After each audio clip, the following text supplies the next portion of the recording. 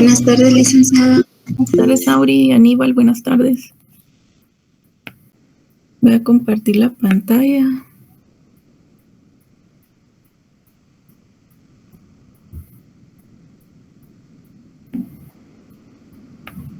Ya nos queda poquito para el descanso. Al final de la clase les voy a hablar del ensayo.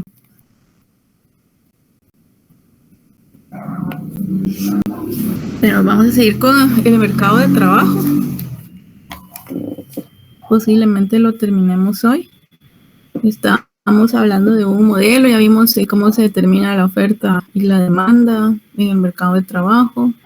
Entonces lo que quiero que veamos aquí son algunos aspectos importantes. Y por eso mejor regreso al inicio del modelo, porque imagino que ya se perdió la secuencia. Entonces, estamos creando un modelo para el mercado de trabajo. Empezamos con los supuestos. Decíamos que el producto real Y se relaciona directamente con el insumo trabajo y el stock de capital. Ya dijimos que Q es una función de producción. También dijimos que en el corto plazo K y T, que es la tecnología, permanecían constantes porque decíamos que no pueden cambiar con frecuencia. Eso ya lo habíamos visto, ¿verdad? ¿Sí? Sí, licenciada. Sí, licenciada. Solo ya tenía una duda. ¿Por qué usamos tecnología y no tierra? Es que como estamos hablando de algunos factores, tierra ya es más asociada a los alquileres, entonces en este modelo no incluimos tierra. La T es para tecnología. Entonces, sí es cierto que también es un factor productivo de la tierra y su remuneración es el alquiler, pero generalmente en estos modelos se utiliza trabajo, capital y tecnología porque va más asociado directamente al proceso productivo. Muy bien, licenciada, muchas gracias. No, a usted, Auri. Pero sí, entonces igual aquí desaparecen todos los demás factores porque decíamos que el capital no cambia en el corto plazo, es constante y de esa cuenta teníamos una función de producción que iba a depender únicamente de L, que es el trabajo. Y hablábamos de la productividad marginal del trabajo y eso se relacionaba con la forma cóncava de la función de producción. Decíamos que la primera derivada daría como resultado ¿qué valor?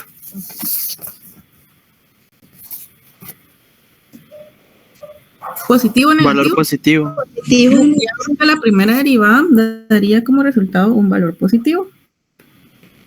Y la segunda decíamos que un valor negativo. Esto se puede comprobar cuando tenemos la función de producción, pero por definición vamos a saber que la función de producción es positiva, ya que estamos relacionando distintos niveles de producción con distintas cantidades de un factor productivo, en este caso el trabajo. Entonces, ¿cómo decíamos que era el producto marginal del trabajo? Positivo decreciente. Exacto, entonces eso lo estoy recapitulando, por eso voy rápido en esta parte, porque posiblemente ya no se encuentre la secuencia si empiezo por donde nos quedamos. Entonces, decíamos que el producto marginal del trabajo es positivo y decreciente por los rendimientos decrecientes.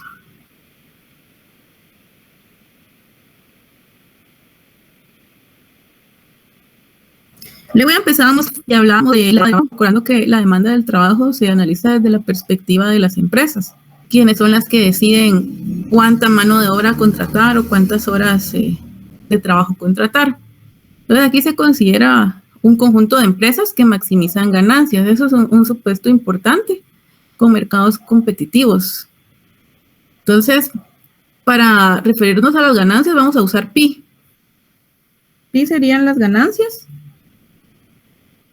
Generalmente este tipo de problemas, no sé si así lo usaron en micro, pero se usa pi, aunque también en macro usamos, y más adelante lo vamos a usar cuando hablemos de la curva de Phillips, usamos pi para inflación, pero en este modelo específicamente nos referimos a las ganancias de las empresas.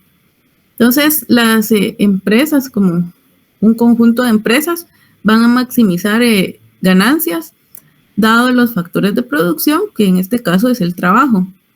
Entonces, eso depende de el nivel de precios P, LD, que es la demanda de trabajo, y W, el nivel de salario nominal, que lo tienen ahí. Entonces ven ahí cómo se va formulando el modelo o el planteamiento para las ganancias de las empresas. Sí, entonces ahorita estamos como que en la parte todavía de formulación. Entonces vean los elementos que se incorporan ahí. Precio por la demanda de trabajo menos el salario por la demanda del trabajo. El salario es W mayúscula porque es un salario nominal. Luego, si se maximiza Pi, o sea, las ganancias de las empresas, se va a obtener, si manipulamos un poquito, la condición de primer orden de la función de demanda, que es lo que tenemos en pantalla. Los precios estarían en función de la demanda de trabajo, que esto sería igual al salario nominal. ¿Qué tenemos aquí? ¿Quién nos está señalando esto? Ya lo habíamos visto antes, tal vez no en el modelo, pero sí cuando hablábamos de todo lo que, de las fuerzas del mercado de trabajo.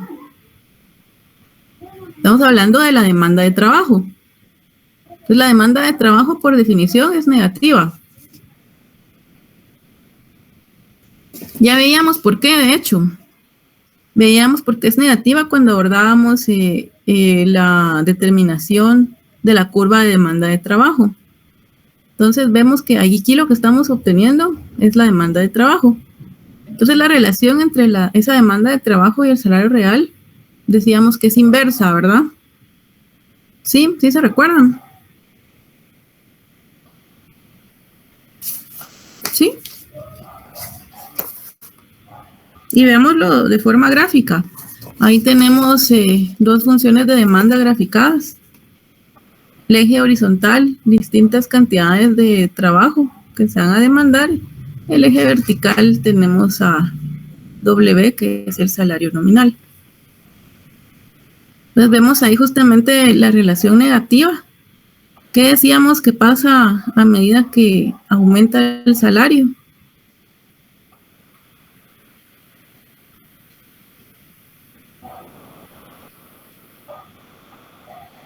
¿Qué pasa a medida que aumenta el salario? Y es que ahí estamos considerando también dos niveles de precios. Si ven la información, tenemos P sub 0, P sub 1, donde P sub 1 es mayor que P sub 0. P es el nivel de precios. Entonces tenemos con la curva roja un nivel inicial de los precios, P sub 0, y luego vemos que si aumentan los precios a P sub 1, ¿esto qué provoca? ¿Qué es lo que vemos en pantalla? Un desplazamiento de la demanda. Y vemos justamente también esa relación negativa entre ambas variables, entre el salario y la demanda de trabajo. ¿Por qué se da esa relación negativa?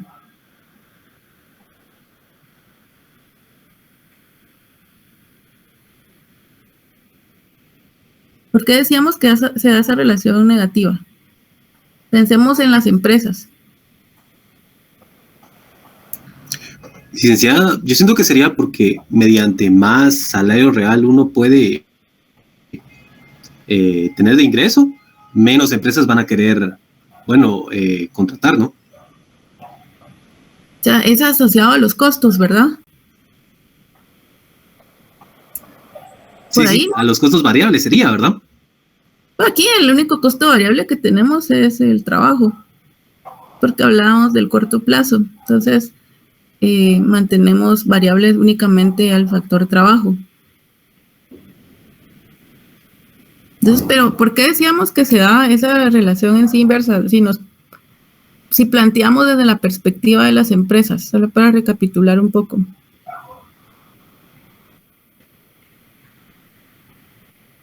Y es que esto venía también, recuérdense, del nivel de producción. También si recordamos la función de producción, ahí se alcanzaba un punto óptimo en el nivel que se puede producir. Y decíamos que más allá de ese punto ya es ineficiente contratar más mano de obra. Sí, y recordábamos sería, licenciada, de que mientras más... Disculpe, no. Bueno, si sube el salario, veámoslo aquí. Vamos a dibujarlo. Voy a usar la roja. Y tenemos LD sub 1, W sub 1. ¿Qué pasa? Decíamos en alguno de los ejemplos. Si aumenta el salario.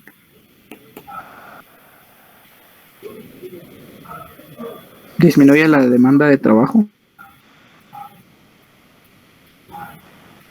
Sí. Y lo vemos en la gráfica, ¿verdad? Disminuye la demanda del trabajo y por eso le decía a Carlos que está asociado al costo de producción, que en este caso el costo de ese factor producción es el salario. Entonces, aumenta el costo, va a disminuir la demanda para la empresa porque es un costo para las empresas. Sí, por eso hay que estar claros en que esto es desde el punto de vista de las empresas. ¿Sí? ¿Vamos bien ahí? ¿Sí? Eso por el lado de la demanda de trabajo. Estamos planteando el modelo. Ahora veamos qué pasa desde la perspectiva de los trabajadores, que estaríamos hablando de la oferta de trabajo. Y esto se va a determinar para los hogares que disponen de una cantidad máxima de trabajo. Esa cantidad máxima de trabajo la vamos a denominar LT. Es la cantidad máxima que las familias pueden ofrecer de trabajo. Pero en realidad los trabajadores, los hogares, no van a ofrecer necesariamente esa cantidad máxima, sino que van a ofrecer una cantidad de trabajo LS. ¿Sí? ¿Sí me explico con eso? ¿Sí? ¿Sí me están siguiendo? ¿O hay dudas ahí? O sea, hay una cantidad que ofrecen los hogares que no necesariamente es toda la cantidad que se podría ofrecer. Se podría ofrecer hasta LT. ¿Sí? ¿Sí me explico con eso? Y decíamos, y esto va muy asociado a las decisiones de los hogares. Entonces aquí, sabiendo esto de que se ofrece una cantidad de trabajo LS, pero hay una cantidad máxima que se podría ofrecer LT, entonces la cantidad que se ofrece se ubica entre 0 y LT, que es la cantidad máxima. ¿Y por qué es que planteamos esto? Es que resulta que hay una parte, si no se está dedicando esa parte al trabajo, ¿a qué se estaría dedicando esa parte de los hogares? ¿Al ocio? Como lo vemos acá, ¿verdad? Estamos hablando del ocio. Si hay una decisión, decíamos en la clase anterior, entre trabajar o no trabajar. Si no se trabaja, se dedican esas horas al ocio. Entonces el ocio va a ser equivalente a esa cantidad máxima que se puede ofrecer y la cantidad que efectivamente se ofrece en el mercado de trabajo. Sí, entonces corresponde al ocio. ¿Sí? L minúscula. L mayúscula es para el trabajo. Y también hay un ingreso. Sí, Auri. Perdón, licenciada. ¿Podría repetirme a qué o qué representa LS y LT, licenciada, por favor? Sí, miren, hay una, digamos que aquí está el número de horas trabajadas. Empiezan de 0 y pueden llegar hasta un máximo, LT. Pero resulta que los hogares no necesariamente ofrecen hasta este punto, sino que podrían ofrecer por acá, que sería LS. Esta distancia sería el ocio, L. Entonces, ¿sí se entiende el razonamiento acá? Sí, licenciada, muchas gracias. Vale, entonces, sí, por eso les preguntaba si estaba claro y qué bueno que Auri lo pregunta, porque si no se comprende esto, no se puede seguir en el modelo, se me van a perder. Entonces, hablamos de LT y LS. La diferencia, lo que marca ahí con el corchete, sería el ocio, que es justamente lo que vemos planteado en esta parte. También hay que especificar un ingreso nominal por trabajo. Vamos a denominar como IET. Es el ingreso, estamos hablando del ingreso, de renta. Entonces, ese va a ser equivalente al nivel de salario nominal por la cantidad que se ofrece de trabajo, por esta cantidad de LS. No podríamos incluir el ET porque el salario es la remuneración al factor trabajo. Entonces, por eso es que se habla de lo que en efecto se ofrece, ¿sí? Entonces ya sabemos que ahí W es el salario nominal. Y este valor para la familia va a depender del ingreso nominal, es decir, que también estamos hablando ya aquí de precios. Va a depender de precios ese ingreso nominal y de la ilusión monetaria, que la vamos a designar como B. ¿Alguien sabe qué es ilusión monetaria? No, licenciada. No, bueno, aquí hay que recapitular un poco, retroceder en el tiempo y recordarnos en macro 1, me imagino que les hablaron de este tipo de variables. Tenemos variables nominales y variables reales. ¿A qué nos referimos con estas variables? ¿Alguien se recuerda? Si no se recuerda, no hay problema, yo se los digo, pero ¿alguien lo recuerda?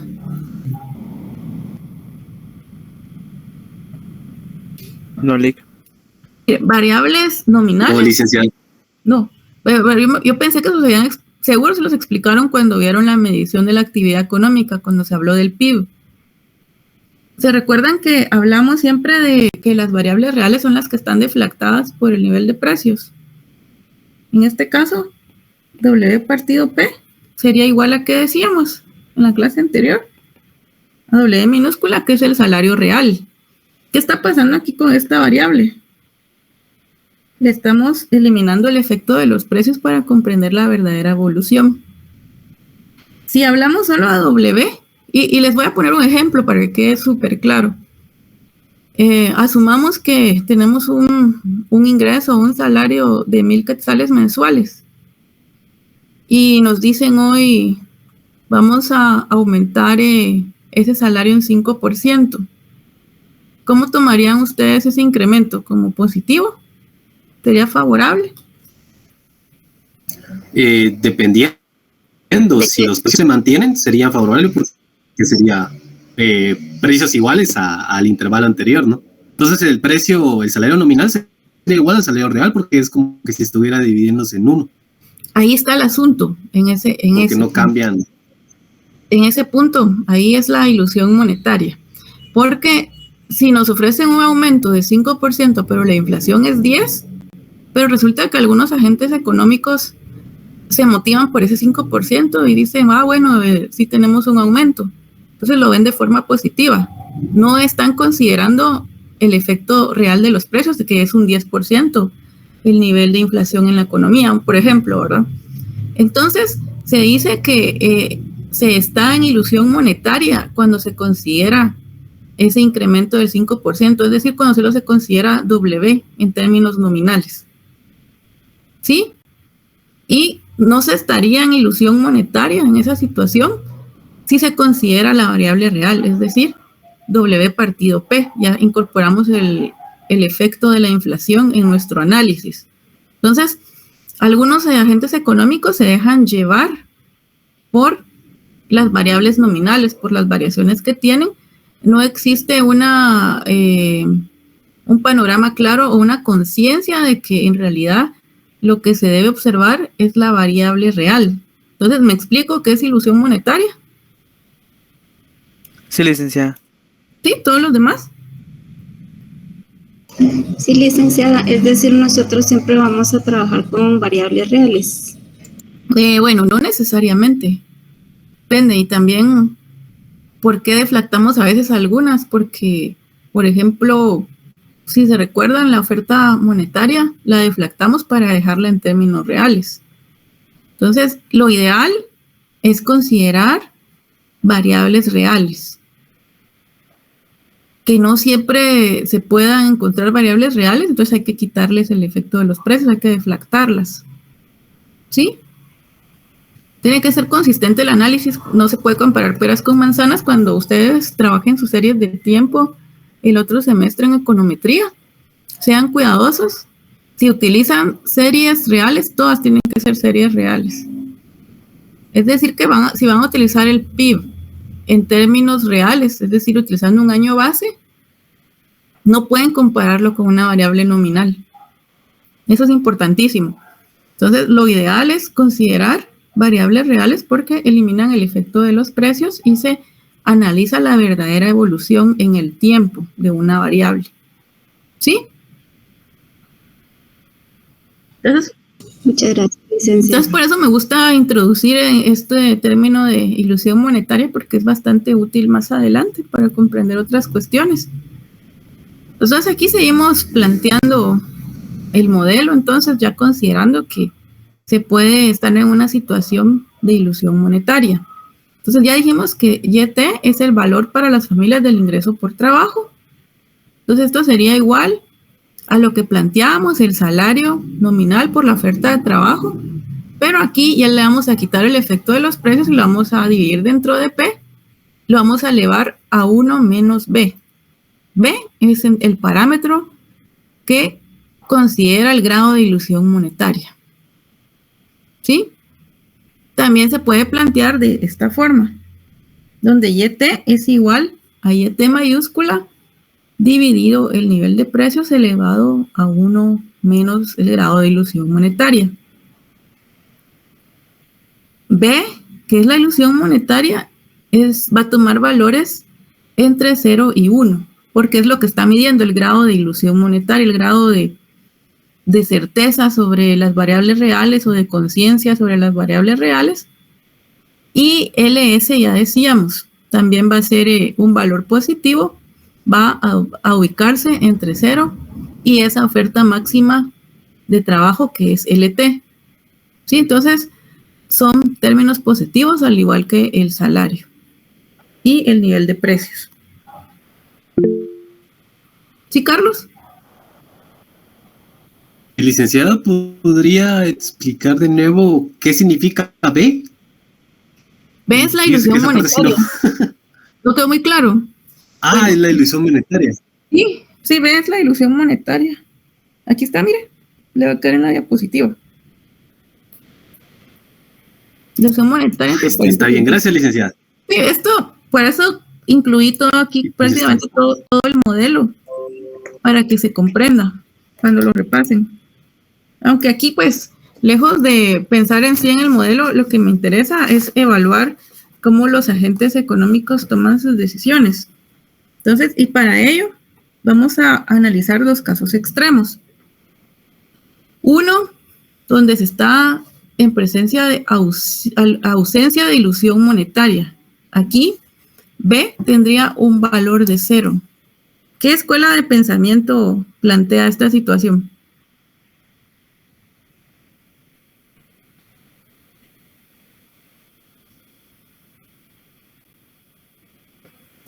¿No? Bueno, más adelante se los retomo. Clásica, ¿no? Sí, en la clásica, ¿los precios son flexibles o rígidos? ¿Rígidos? No, en la clásica son flexibles. O sea que ahí sí, digamos que los precios sí varían. Acuérdense que en el análisis keynesiano que traíamos, ahí sí son rígidos, los salarios son constantes. ¿Sí? ¿Sí, María Isabel? Entonces,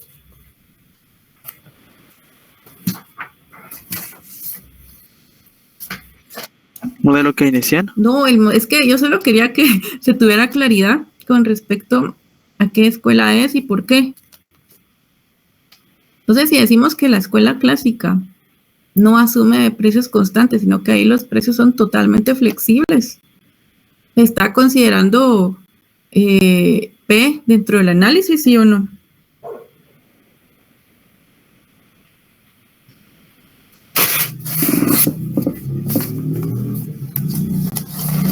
Creo que no, licenciada.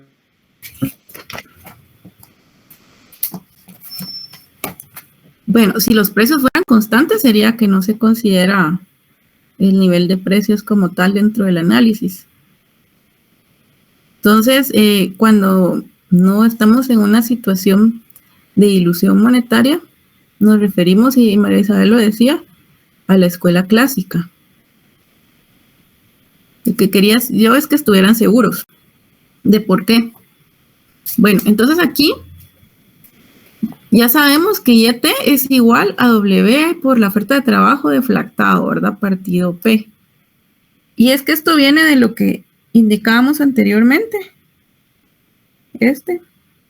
Decíamos que YT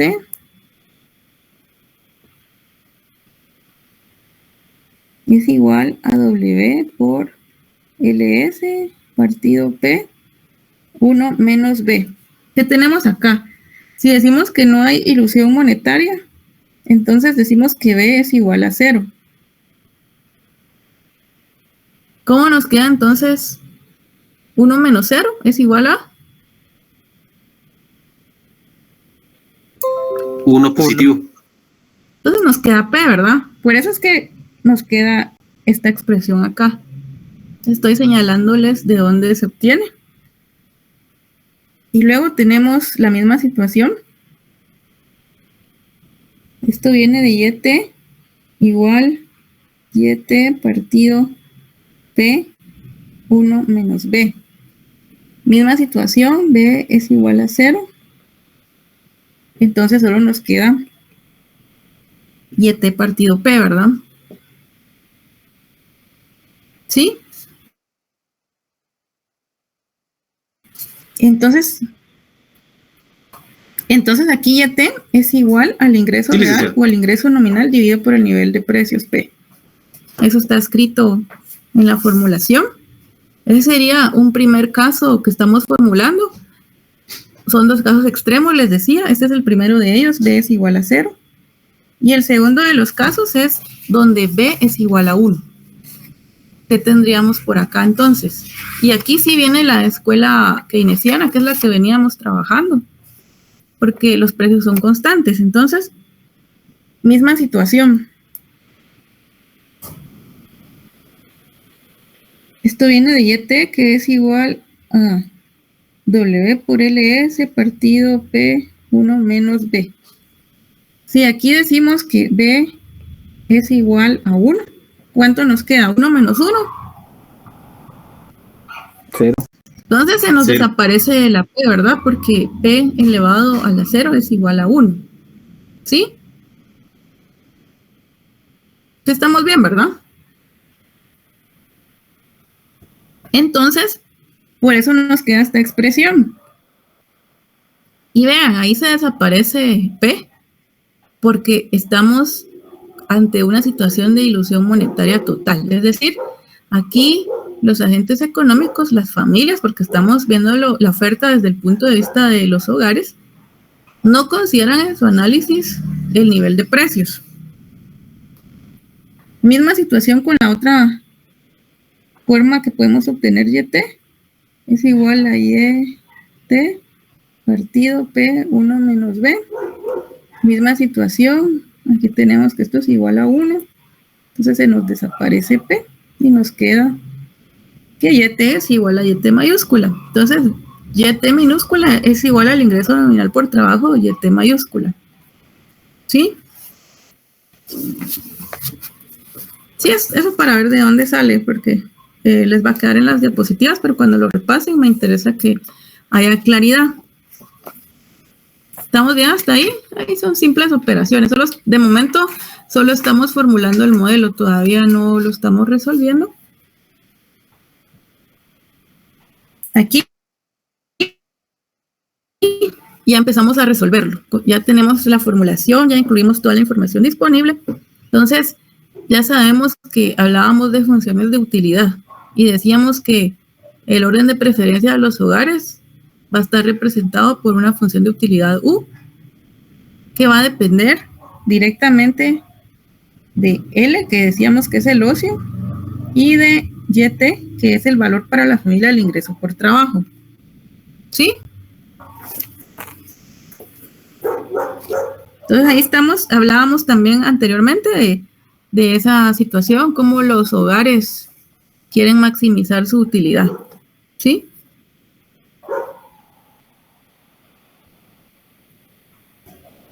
Y a su vez, vemos que las funciones, estas variables L y YT van a ser funciones también de la oferta de trabajo.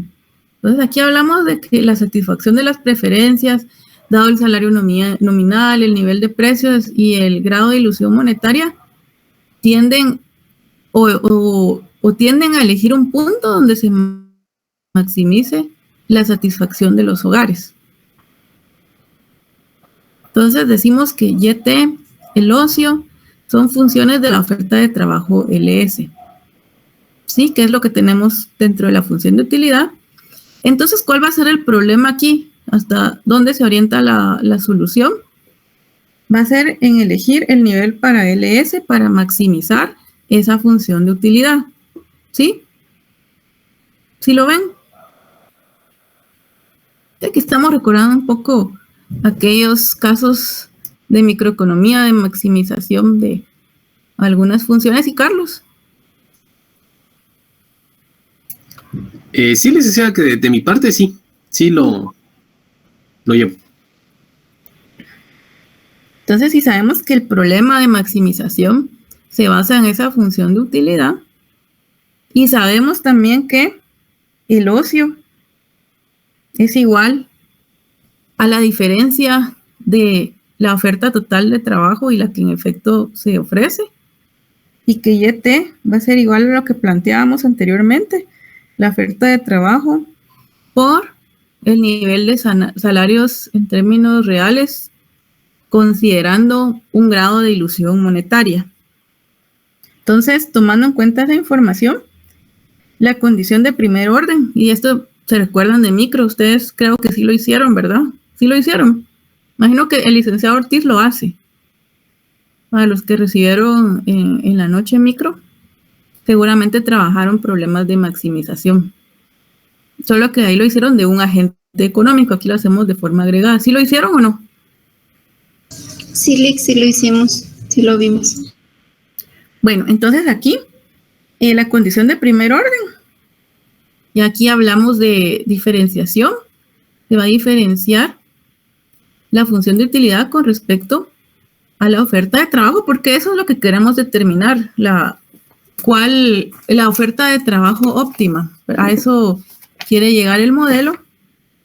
Entonces, vemos que eso va a ser igual, porque aquí sí tenemos que considerar algunas derivadas parciales, porque ya vimos que dentro de... Aquí tenemos L y aquí tenemos YT. Entonces hay un efecto en cadena, ¿verdad? Por eso es que estamos diferenciando ya para plantearlo. Vemos que eso sería igual a la derivada parcial de la función de utilidad con respecto a YT. ¿Cuál sería ese resultado?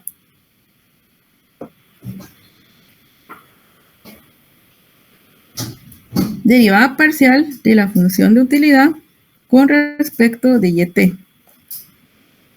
Pues no tenemos información, el planteamiento sería igual, ¿verdad? Segunda derivada parcial de YT con respecto a LS. ¿Cuál sería la derivada? Porque sería 1 por W dividido P elevado a la 1 menos B. Le puedo quitar el 1, ¿verdad? ¿Más? Sí, ahí podría quitarle el 1. Solo quedaría el salario nominal dividido el nivel de precios elevado a 1 menos la ilusión monetaria, sería, ¿verdad? Sí. Sí. Y no, más, sería más. Ajá. 0, o sea, porque no hay LS. Exacto. O sea, esta es el resultado. No, que sí, que está bien, que lo que usted me dio es para esta derivada parcial, ¿verdad? Sí. Va. Pero ya la otra parte, como LS no está metido en el salario nominal dividido el nivel de precios elevado a la 1 menos ilusión monetaria, entonces quedaría como 0. Y se anularía con la LS que quedaría ahí restante, ¿no? Bueno, vamos por esta. Esta nos quedaría igual. Quedaría derivada parcial de U con respecto al ocio. Luego, Veamos esta última. Derivada de L con respecto a LS. ¿Dónde tenemos LS aquí?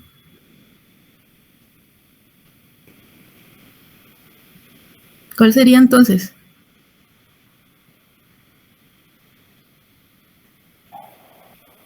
Derivada de L con respecto a LS. ¿Cuál es la derivada ahí? No es 0. Porque si tenemos LS. ¿-1? Es -1. ¿Sí lo ve, Carlos? Disculpe, licenciado, pero esta vez sí no. ¿Dónde sale ese -1? Derivada de L con respecto a LS. Ujú.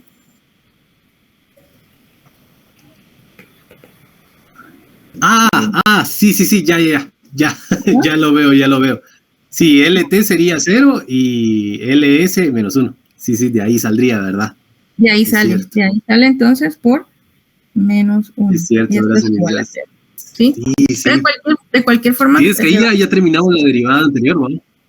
Ajá. Es cierto. Gracias. Bueno, a usted, Carlos. Entonces, Gracias. Pensé que seguíamos la derivada anterior, por eso es que no lo miraba. Gracias. Entonces, se los dejo aquí para que cuando lo repasen les queden sus notas. Entonces, prácticamente estoy dejando todo el modelo porque sé que puede ser complicado llevar la secuencia. Entonces, si manipulamos y hacemos ahí algunas cosas, podemos obtener esa igualdad que vemos en pantalla. Esta.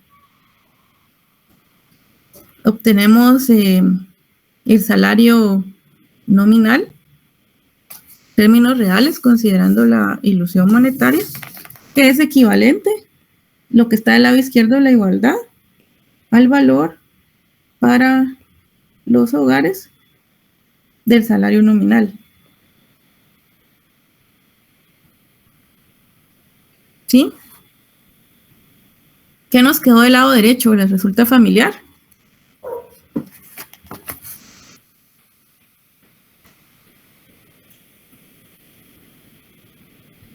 ¿Les resulta familiar esta parte?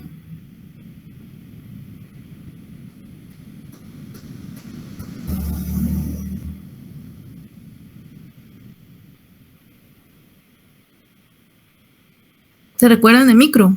¿Cómo se llamaba esta tasa? Tasa marginal. La de sustitución. De sustitución, en este caso, sería de YT por L en el punto de equilibrio.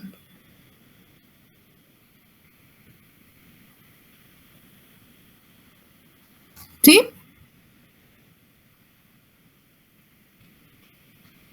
Y esa es la condición determinante de la oferta de trabajo. ¿Lo ven? ¿Sí? Es un poco operatoria para que determinen eso, solo transposición de términos, ¿verdad? Entonces, y esto lo podemos ver para que quede más claro de una forma gráfica. Tenemos esta gráfica. Aquí vamos a considerar en el eje horizontal distintos niveles para LT y el ocio, y en el eje vertical distintos niveles para el ingreso del trabajo, ingreso por trabajo, que es YT. Entonces, eso que pinté en rojo, ¿qué sería? Ahí tenemos un mapa de curvas de indiferencia, ¿verdad? Eso sería el isocosto, o sea, de cuánto se quiere invertir, o mejor dicho, cuánto sería la maximización entre esas dos variables, de que sería la renta y el trabajo el trabajo neto, podríamos decir, ¿verdad? ¿Y cómo se llama esa línea roja entonces? Creo que lo tiene, pero tiene un nombre. Recta presupuestaria. ¿Isocosto? Sí, es la restricción presupuestaria. Estamos hablando desde el punto de vista de los hogares. ¿Sí? ¿El isocosto para qué era? Para las empresas. Exacto, cuántos e isocostos es para las empresas. Aquí estamos hablando que la oferta se ve desde el punto de vista de las familias o de los hogares, es decir, desde el punto de vista de los trabajadores, porque son quienes tienen que determinar cuánto ofrecer. Entonces, esa línea que pinté en rojo es la restricción presupuestaria. Entonces, dada una restricción presupuestaria, hablábamos de curvas de indiferencia en la clase anterior y decíamos que la curva de indiferencia que se aleje más del origen es la que va a producir máxima satisfacción. Aquí vemos que la curva de indiferencia U sub I es menor que U sub J y esta a su vez es menor que U sub K. ¿Sí? Aquí dados los niveles de P, W y el grado de ilusión monetaria, ¿verdad? Que está implícito dentro de todo esto, porque aquí lo que buscamos es el equilibrio. ¿Dónde dijimos que se va a maximizar? ¿Dónde se va a maximizar la utilidad para los hogares? Por aquí vemos combinaciones de En el ocio. punto E. En el punto E, donde hace tangencia una curva de indiferencia con la restricción presupuestaria. Porque aquí lo que vemos es distintas combinaciones en las curvas de indiferencia, distintas combinaciones de ocio e ingreso, según el nivel de cantidad de trabajo ofrecida, según el nivel de LS. ¿Sí? ¿Lo ven?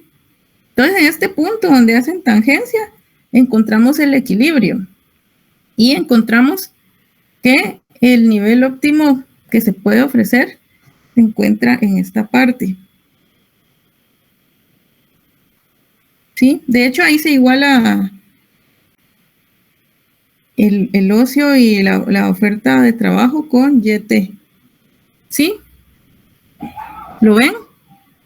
YT, que es el ingreso por trabajo. ¿Sí lo ven? Entonces, voy a apuntar aquí, esta es la restricción presupuestaria.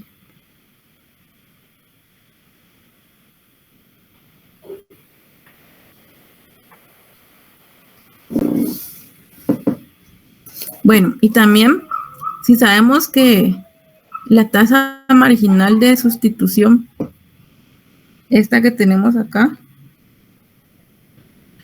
en los distintos puntos de equilibrio, decimos que es una función creciente de la oferta de trabajo, podemos dibujarla.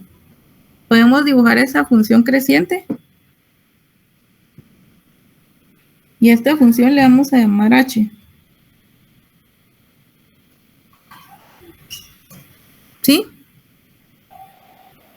Solo para ilustrar que la tasa marginal de sustitución de la que hablábamos en los distintos puntos de equilibrio es una función creciente de la oferta de trabajo. ¿Sí lo ven?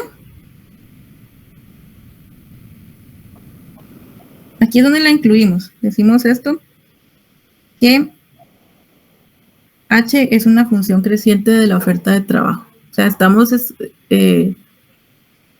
escribiendo, formulando lo que acabo de decir, ¿sí? Esto para ilustrar. Entonces, ¿qué nos señala esta relación entre el salario nominal W y la oferta de trabajo? Porque vemos aquí en LT, es la oferta máxima de trabajo que se puede ofrecer. Entonces vemos distintos niveles aquí en el eje horizontal para la oferta de trabajo LS.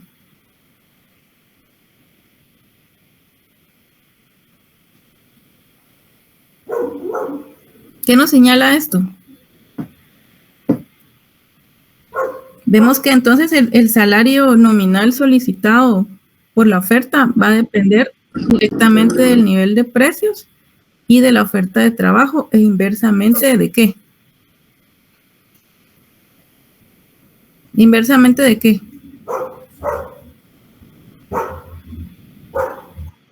¿Del ocio? No, de B, de la ilusión monetaria. Que la tenemos por acá. ¿Sí? Eso es lo que vemos ahí, en esa grafiquita. ¿Sí? ¿Podría repetir esa grafiquita, licenciada? A mí no me quedó muy claro. Se los voy a poner acá. W partido P1 menos B igual a esa función creciente de LS, que es de la oferta de trabajo. O sea, estamos diciendo que H es una función creciente de la oferta de trabajo. ¿Sí? Y podemos también decir que W es igual a P elevado a la 1 menos B por esa función por HLS, ¿sí? Entonces, recapitulando, porque aquí partimos de esta igualdad, donde decimos que la tasa, esa es la tasa marginal de sustitución de YT por L en el punto de equilibrio. Entonces, sabiendo esto, que si esa tasa marginal de sustitución en los distintos equilibrios, decimos que es una función creciente de la oferta de trabajo. Por eso vemos esa forma, una función creciente de la oferta de trabajo, que es LS. Por eso podemos trazar, vemos que hay distintos niveles para la oferta de trabajo hasta llegar a un máximo, que es el límite que pueden ofrecer todas las familias. Y en el eje vertical vemos graficado distintos niveles para el salario nominal. Entonces les decía yo que el salario nominal solicitado por la oferta, es decir, por los hogares, ¿de qué va a depender? Ya sabemos que depende de P, depende de LS y de B. ¿Cómo sería esa relación? La relación con P.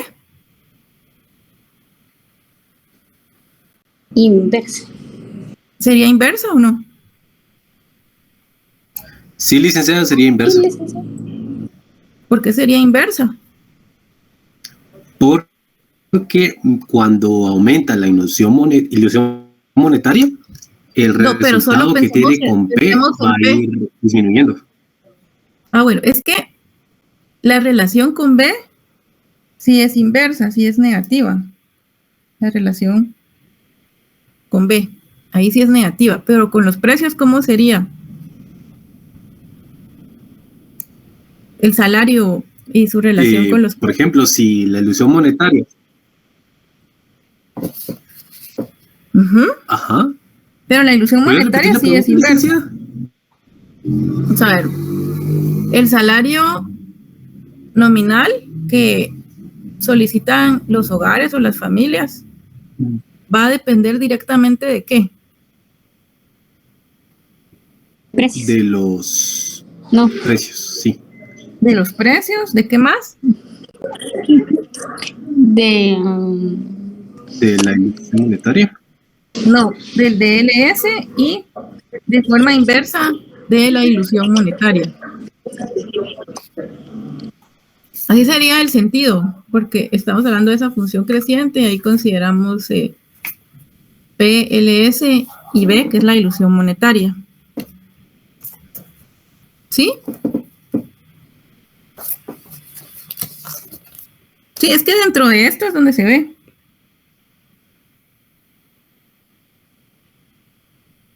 O dentro de lo que escribí acá, que es lo mismo. Lo que escribí en el cuadrito rojo es lo mismo. Solo que está planteado de una forma adicional de esta. Para ver las relaciones.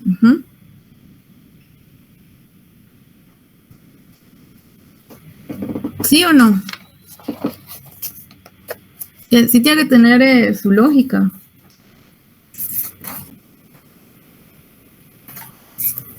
¿Sí? Yo creo que está más claro, ¿o no? Sí, licenciada. ¿Sí, Carlos? Licenciada, ¿podría explicar de nuevo por qué P tiene una relación positiva con el salario? El salario. Con el salario es que nominal. eso todavía sí no lo... No lo logro ver. Ajá, con el salario nominal. Todavía no lo logro ver.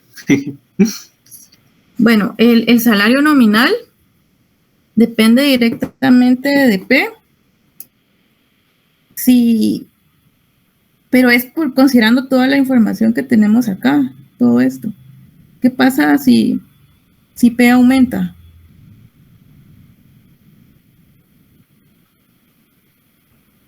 ¿Qué pasa si P aumenta?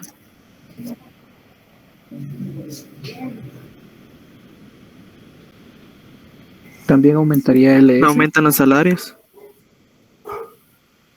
Sí, este es nominal, Carlos, tal vez no lo dibujé bien.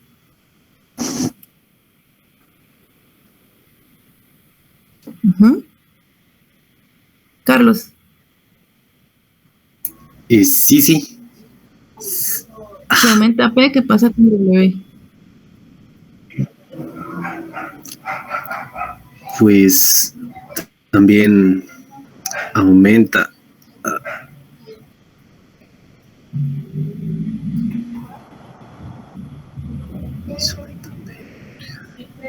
Sí, sí, sí, ya lo logro ver, ya lo logro ver. Sí, sí, sí, porque como Póngale se está numeritos. multiplicando con LS, ¿verdad? Que es lo que se multiplica, entonces también aumenta el salario nominal, ¿verdad? Sí, por eso Sí, decía porque toda la como se está información que trabajando, tenemos. entonces. ¿Y qué pasa si Ya, licenciado, ahorita sí. Ya. Gracias. aumenta LS? También aumenta el salario nominal porque está multiplicado con el nivel de precios, entonces se gana más, ¿verdad? Sí. ¿Y qué pasa si aumenta B?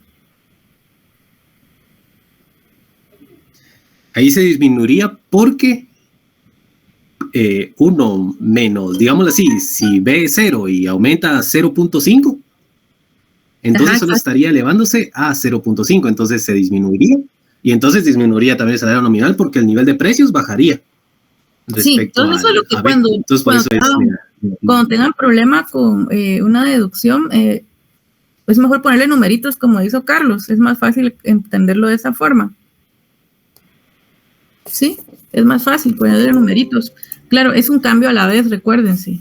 O sea, ahí por eso veíamos qué pasa si aumenta P, qué pasa con W, no todos los cambios a la vez. ¿Sí? Vamos a ver qué hora es. Bueno, Gracias, licenciada. a usted, Carlos. Entonces veamos ahora los dos casos porque no los hemos solucionado. Caso clásico.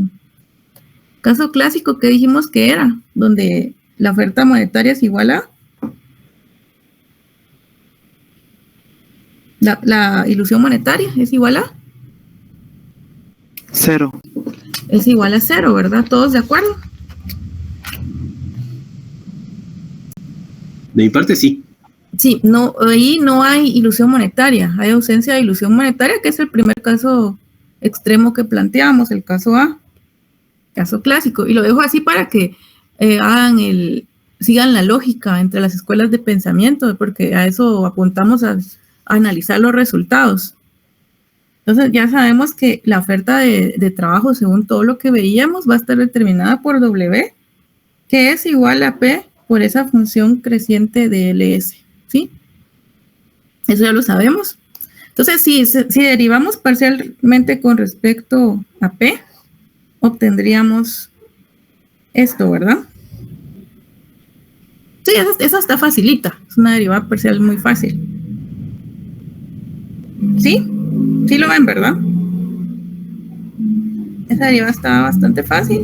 Luego sabemos que P partido W, el inverso va a ser igual a 1 partido H por la oferta de trabajo. ¿Sí? ¿Sí? ¿Estamos bien ahí? ¿Estamos apuntando a solucionar para este caso? Entonces tendríamos que, porque sabemos esto, tendríamos que P partido W por la derivada parcial de W con respecto a P es igual a 1. ¿Sí ven por qué sale el 1?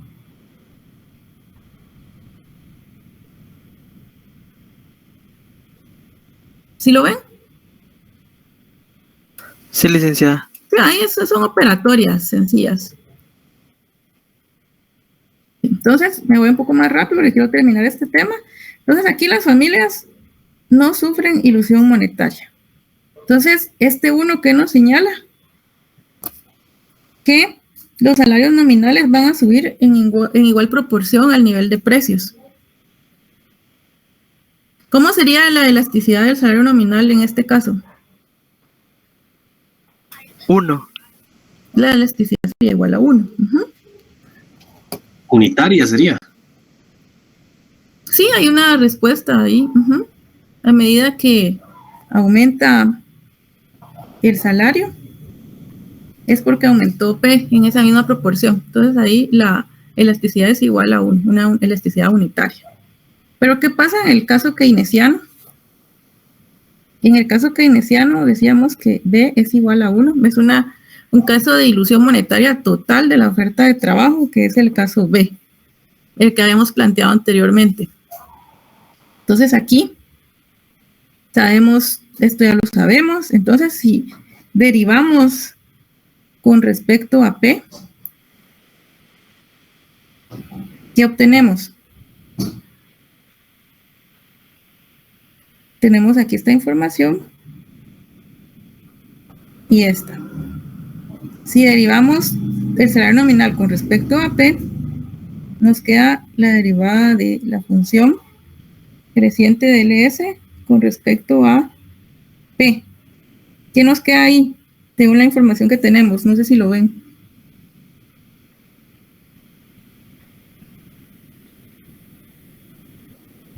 Porque recuérdense que aquí ya estamos señalando que B es igual a 1. De ahí viene todo, ¿verdad? Por eso habíamos planteado desde el inicio estos dos escenarios. B y el A. ¿Sí? Entonces hay que ponerle ojo a todo lo que obtuvimos acá para poder comprender ya la solución del modelo. ¿Sí? Entonces aquí nos daría 0. ¿Sí? ¿Alguien lo ve? De mi parte, yo lo veo, licenciada. Va, entonces, en conclusión aquí, es que cuando las familias están en una situación de ilusión monetaria, no se incrementan los salarios nominales en caso de un incremento en P. Es igual a 0. La elasticidad aquí es igual a ¿qué? 0 inelástico. Sí, entonces la elasticidad es nula, ¿verdad? Elasticidad nula, elasticidad 0. Vimos que en el caso anterior la elasticidad era unitaria. Entonces aquí para ir concluyendo, en general, veíamos desde el inicio, en general, que un aumento del salario real va a aumentar la cantidad de trabajo ofrecida. Estamos hablando aquí de oferta. Cantidad de trabajo ofrecida. También que la decisión entre trabajar y dedicarse al ocio va a depender de ese nivel de salario real, porque veíamos que hay un sacrificio, entonces tiene que haber una mayor recompensa, ¿verdad? Entonces la curva de oferta de trabajo presenta una relación positiva entre el salario real y la cantidad de trabajo ofrecida por las familias. Pero si retrocedemos otra vez a micro, y ya lo vemos en particular, ya no estamos generalizando, hay situaciones donde no se va a observar lo que les decía, de que a medida que aumenta el salario, va a aumentar la oferta de trabajo. Y se debe principalmente a estos dos efectos, el efecto ingreso y el efecto sustitución. ¿A qué nos referimos con efecto ingreso? ¿No se recuerdan? No sé si estoy bien, licenciado, pero yo recuerdo que es cuando las personas como aumenta su nivel de ingreso por hora trabajada, entonces también inherentemente también aumenta el valor que le tienen al ocio. Entonces, cuando sube el ingreso, va a empezar a querer trabajar menos porque llega a tener una utilidad que satisface sus necesidades trabajando menos horas, ¿no? Entonces buscará trabajar menos horas. Por eso no aumenta la oferta de trabajo cuando aumenta bueno, el ingreso. No sé si estoy bien. Bueno, no sé si, bueno, voy a decirlo en mis palabras y me dice si es lo mismo. Entonces, el efecto ingreso va más asociado a la riqueza de las familias. A medida que la riqueza aumenta, no va a ser necesario trabajar tanto, ¿verdad? Por eso se va a trabajar menos. A eso va asociado en sí. Entonces, Sí, exacto, licenciado. eso era lo que me quería Sí, decir, eso ¿verdad? quería decir. Bueno, entonces aquí muy puntual, Sí, exacto. muy puntual se debe al ingreso, a esa riqueza de las familias. Entonces, a medida que aumenta nuestra riqueza, decidimos trabajar menos. Y el efecto de sustitución señala que a mayor salario se ofrecerá mayor trabajo, dado que las horas de ocio se hacen más caras. ¿Sí?